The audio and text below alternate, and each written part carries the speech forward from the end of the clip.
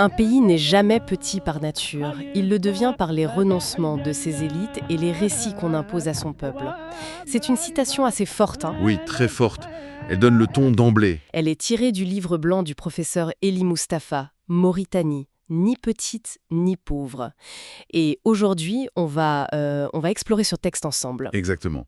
L'idée, c'est de comprendre pourquoi ce professeur, qui connaît bien le sujet mauritanien, remet en cause ces étiquettes de petit et pauvre. Parce que pour lui, ce n'est pas juste une description, c'est presque dangereux pour l'avenir du pays. C'est ça. Il pense que ça freine, que ça justifie une forme d'immobilisme, si tu veux. Alors commençons par cette idée de taille. La Mauritanie, pas petite, dit-il.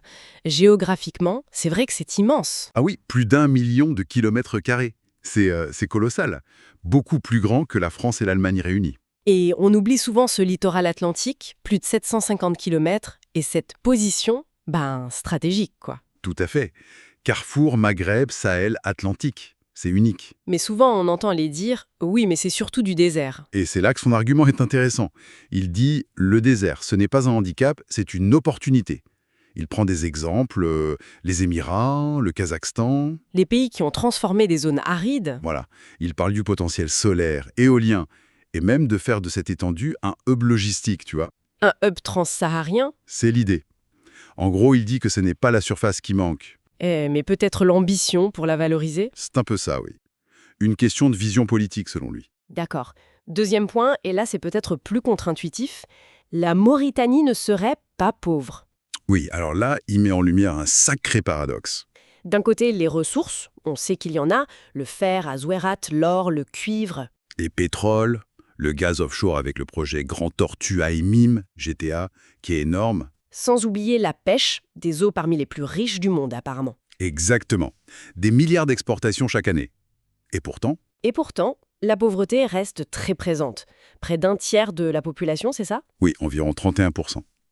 C'est ce décalage que Mustapha attaque de front. Et son diagnostic, c'est quoi alors? Pour lui, cette pauvreté n'est pas une fatalité naturelle. Elle est politique. Politique, c'est-à-dire? C'est-à-dire qu'elle découlerait de choix. Un modèle économique trop basé sur l'extraction brute, sans assez de transformation sur place. Donc peu de valeur ajoutée locale. Voilà. Et puis une mauvaise redistribution des revenus, des accords d'exploitation qu'il juge opaques. Bref, une gestion qui, selon lui, appauvrit au lieu d'enrichir le pays. Il compare avec le Botswana, je crois. Oui, il cite le Botswana comme un exemple où la gestion des ressources, notamment les diamants, a permis un développement, disons, plus partagé. Donc l'idée, c'est la richesse est là, mais le système bloque sa diffusion. C'est au cœur de son argumentaire, oui. Il suggère que le discours officiel sur la pauvreté masque cette défaillance de gouvernance. Et il n'y a pas que les ressources naturelles. Il parle aussi d'une autre richesse négligée. Oui, absolument crucial pour lui, le capital humain. La population est très jeune, non? Extrêmement jeune. 60% à moins de 25 ans. C'est un potentiel démographique énorme. Mais confronté à quel problème?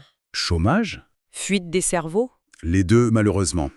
Et il pointe un sous-investissement massif dans l'éducation, la formation et surtout la recherche et développement. 0,03% du PIB, c'est dérisoire. Il dit que la petite taille de la population, moins de 5 millions, n'est pas le vrai sujet. Non, il compare avec Singapour, la Norvège. Des pays peu peuplés mais qui ont misé sur l'humain. Le souci, selon lui, c'est de ne pas valoriser les compétences. Au profit de quoi? De la loyauté politique? C'est ce qu'il sous-entend. Il critique un système qui ne ferait pas assez appel à ses talents, y compris ceux de la diaspora. D'accord.